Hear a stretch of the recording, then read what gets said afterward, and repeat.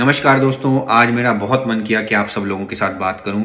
सबसे पहले तो मैं आपको बधाई देना चाहता हूं। सबसे पहले मैं आप सब लोगों को धन्यवाद भी देना चाहता हूं कि इतना सब कुछ हो गया लेकिन आपने अपनी आंखें बंद रखी, अपने कान बंद रखे, अपना मुंह बंद रखा। उसके लिए बहुत बहुत धन्यवाद। और मैं ये तर्क के रूप में कह रहा हूं, और तर्क के रूप में इसलिए कह रहा हूं कि शायद आपकी दिलों को ये बात मेरी छुए, शायद आपकी आत्माओं को मेरी बातें झंझोड़े कि हम लोग किस तरह के लोग हैं। जो हम कहते हैं कि हम हिमाचल को पसंद करते हैं, हिमाचल हमारा प्रदेश है और हमें बहुत प्यार है अपने प्रदेश से। और किस तरह से हम ये कह सकते हैं कि हिमाचल मेरा ही प्रदेश है जब हम उसके लिए कुछ कर ही नहीं रहे।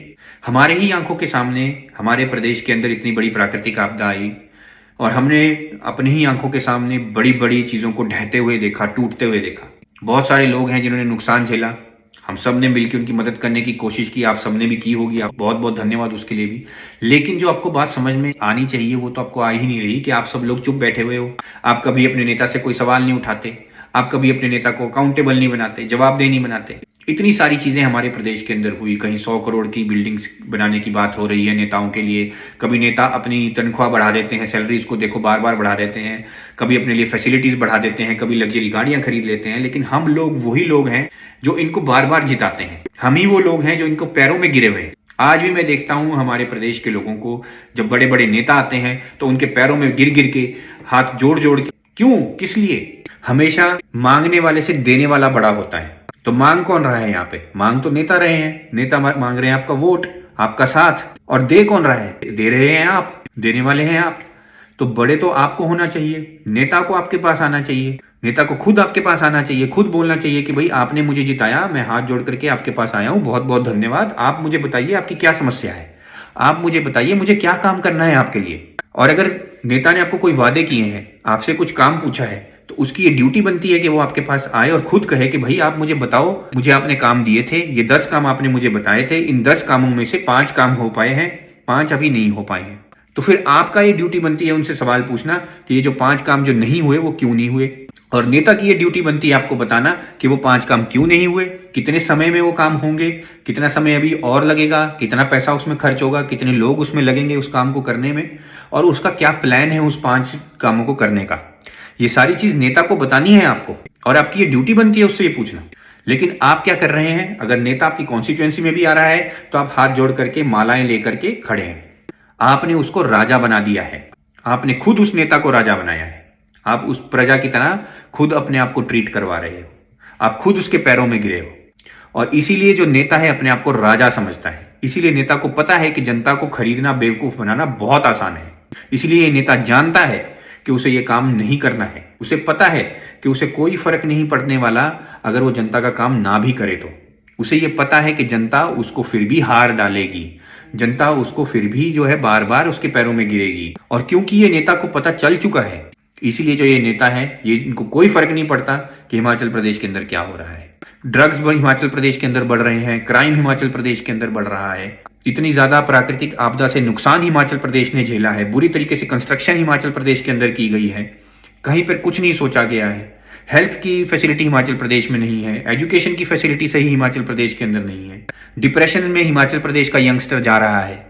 और इसकी वजह से ये सारी चीजें हिमाचल प्रदेश के अंदर बहुत बुरी तरीके से फैल रही हैं। हिमाचल प्रदेश गहरे गड्ढे में गिर रहा है, अंधकार के गड्ढे में गिर रहा है। हिमाचल प्रदेश खत्म हो रहा है। और सुप्रीम कोर्ट ने भी ये चीज को नोटिस किया है। इसलिए सुप्रीम कोर्ट ने ये कहा था कि हिमाचल प्रदेश खतरे में है, हिमाचल प्रदेश खत्म होने वाला है। और सुप्रीम कोर्ट ने ऑब्जर्वेशन दी है कि हिमाचल प्रदेश में अंधाधुंध कंस्ट्रक्शन की गई है। और यहाँ पर सिर्फ बात कंस्ट्रक्शन की नहीं है, यहाँ पर लीगल माइनिंग भी बहुत ज्यादा है, इलीगल माइनिंग भी बहुत ज्यादा है। यहाँ पर लकड़ी भी बड़ी बुरी तरीके से काटी गई है, यानी पेड़ बहुत ज्यादा काटे गए हैं। कंस्ट्रक्शन तो हो ही रही है, आप देख ही रहे हैं, सड़कें तो फालतू चौड़ी की ही जा रही हैं।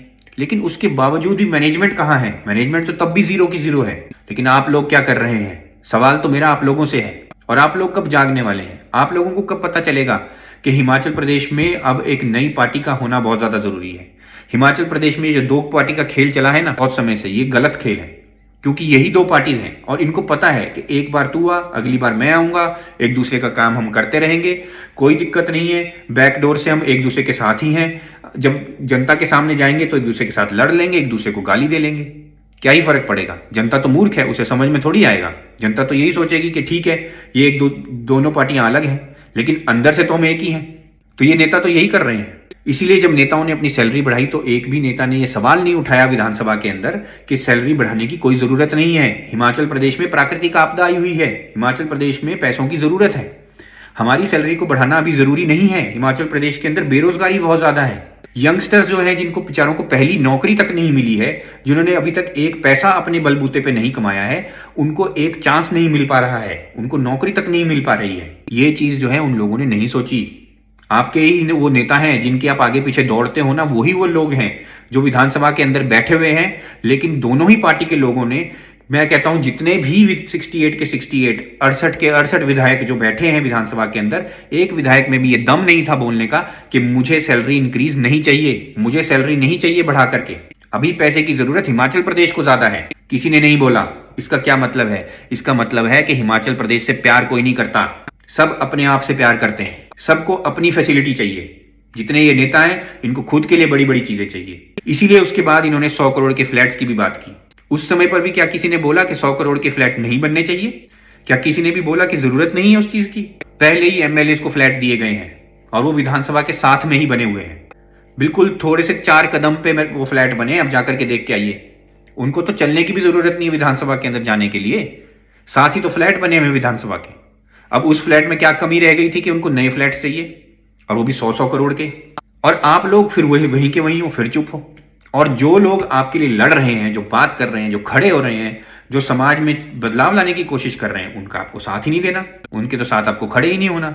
आपको तो सिर्फ इंस्टाग्राम पे नाचना है, फेसबुक पे नाचना है, अपनी वीडियोस बनानी है, कभी गाने की बनानी है, कभी खाने की बनानी है, कभी घूमने की बनानी है। आप बनाओ, उससे मुझे कोई आपत्ति नहीं है, आप जरूर बनाओ, लेकिन कुछ तो कर्तव्य आपका भी अपने प्रदेश के लिए बनता है कि नहीं बनता है? कुछ तो फर्ज आपका भी है कि नहीं है अपने प्रदेश के लिए? आपका काम सिर्फ वोट देना नहीं है, आपकी भी बहुत सारी ड्यूटीज हैं अपने देश के लिए, अपने प्रदेश के लिए। अब आपको यह भी ड्यूटी है कि आप सही नेता चुन करके लेके आओ, आप सही व्यक्ति को नेता बनाओ, आप सही लोगों को अपने समाज में से खड़ा करो, उनका साथ दो। और अगर आपको कोई पैसे का जोर दिखाए, कोई शराब का जोर दिखाए, या किसी तरीके का कोई मुफ्त का प्रलोभन दे, तो इन चक्करों में ना पड़ो।